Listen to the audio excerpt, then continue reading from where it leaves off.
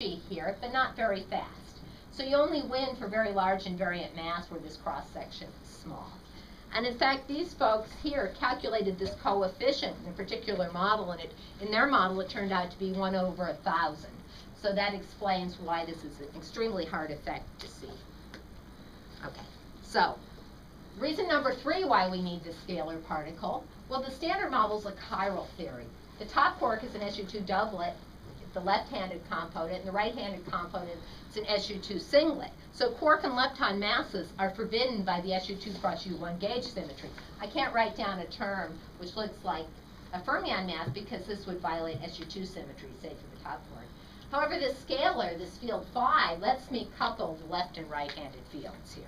So this theory is very effective and very economical. It gives me gauge invariant masses for the fermions, along with gauge invariant masses for the W and Z, and conserves unitarity. Okay. So what this means is that the H particle decays to the heaviest possible particles because its coupling is proportional to mass. So for example, what happened here? These are branching ratios. My label got cut off. So here's the couplings to the B quarks, and you can see mostly it decays to B quarks because they're the heaviest thing around, till you get out to about 150 GeV, and then it starts decaying mostly to Ws. And this is important for searches. So if I'm looking for a scalar particle out around 150 GeV, it's essentially always going to Ws. Whereas if I'm looking for a lighter scalar, it's essentially always going to Bs. At the LHC, for a relatively light scalar, there are searches for the decay to gamma gamma, and you can see down here the branching ratio is 10 to the minus 3 to 10 to the minus 4, because remember this particle couples to mass, so the coupling to gamma gamma is very small. In contrast, my favorite comparison theory, the SUSY theories, the branching ratios are essentially constant, independent of the mass of the scalar, about 90% of the time to B's and 10% of the time to taus. So by measuring these branching ratios of the scalar, we can distinguish between various models. Okay, so how are we going to make this scalar? Well, there are 3 important mechanisms. The one is gluon-gluon fusion, and since the gluon is massless, it doesn't couple directly, but it couples through a top quark loop. So the production of the scalar from gluon-gluon fusion probes this mechanism of generating fermion masses because it's proportional to the top scalar coupling. On the other hand, QQ bar goes to Z plus a scalar, which is an important mechanism. At the tevatron, probes the coupling of the gauge bosons to the scalar, and this coupling actually vanishes for the vacuum expectation value V equals 0. Finally, there's this vector boson fusion mechanism, which I mentioned, where you have 2 gauge bosons, either Z or W, making a scalar. And this is sensitive to this whole question of rising cross-sections. So different mechanisms are going to be important for different scalar masses. Okay, let me just show you this, and then Ulrich will talk about how you look for the scalar. This is the LHC at 14 TeV. And what I want to point out here, these are cross-sections, many orders of magnitude versus the scalar mass. For all masses, the dominant process is this glue-glue goes to scalar through the top quark loop. We've now calculated this process at next to leading order. All of the mechanisms on this plot here have been calculated to next to leading order in QCD. So we have a very firm theoretical grasp of what we expect. The only free parameter here is a scalar mass. Okay, however, discovery is enough. We're greedy. We want to know if this is the quantum of electroweak symmetry breaking. Is it the standard model scalar, or is it some expanded theory? So there are 3 things we have to answer. Does the scalar generate mass for the W and Z bosons? Does it generate mass for the fermions? And does it generate its own mass?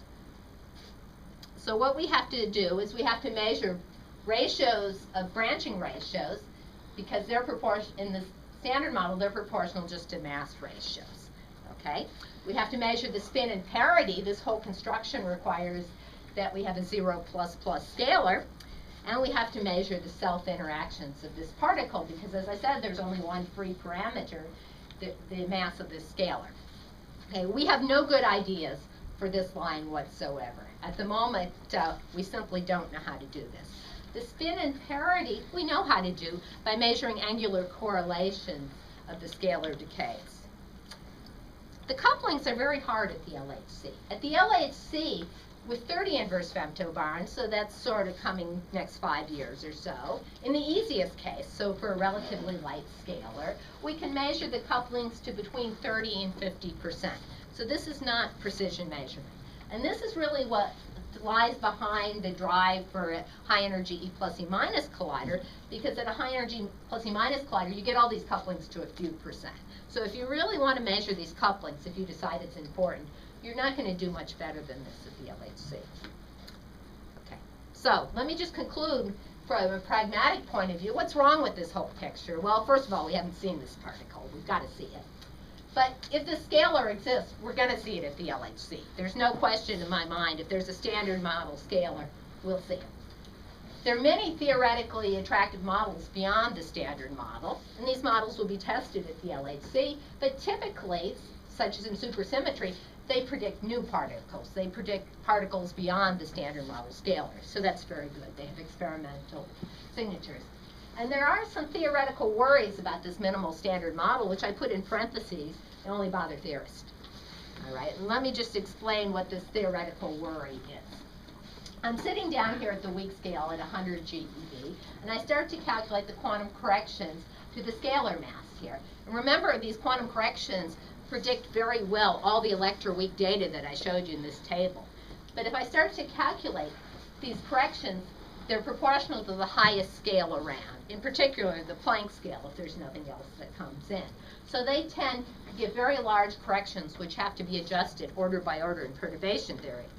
So for example, if I calculate the scalar mass here, there's a top quark loop, there's a WZ loop, and there's a self-interaction loop with just a cutoff, which a priori is the Planck scale, but I don't know what it is.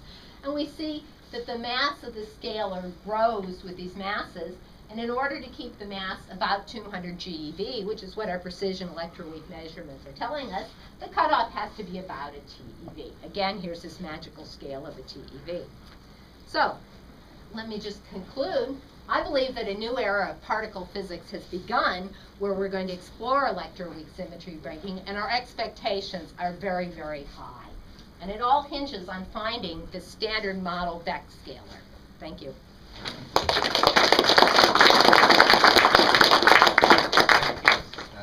Wonderful. And some questions? What, in your view, is the status of composite Higgs models, and how could we tell if it's composite or not? Composite Higgs. Well, I believe that there's no completely satisfactory model which completely fits all of the experimental data. And the only way to tell, typically these models, what's composite is you make a model where, say, the scalar is a condensate of the top quark, for example. So you have to measure the couplings of the scalars to both the gauge bosons and to the fermions. And you have to do it better than this, because that's where you will see subtle differences. So I don't think that this is something that we'll explore very well at the LHC.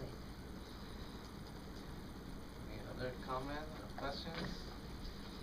Now let's thank the speaker again.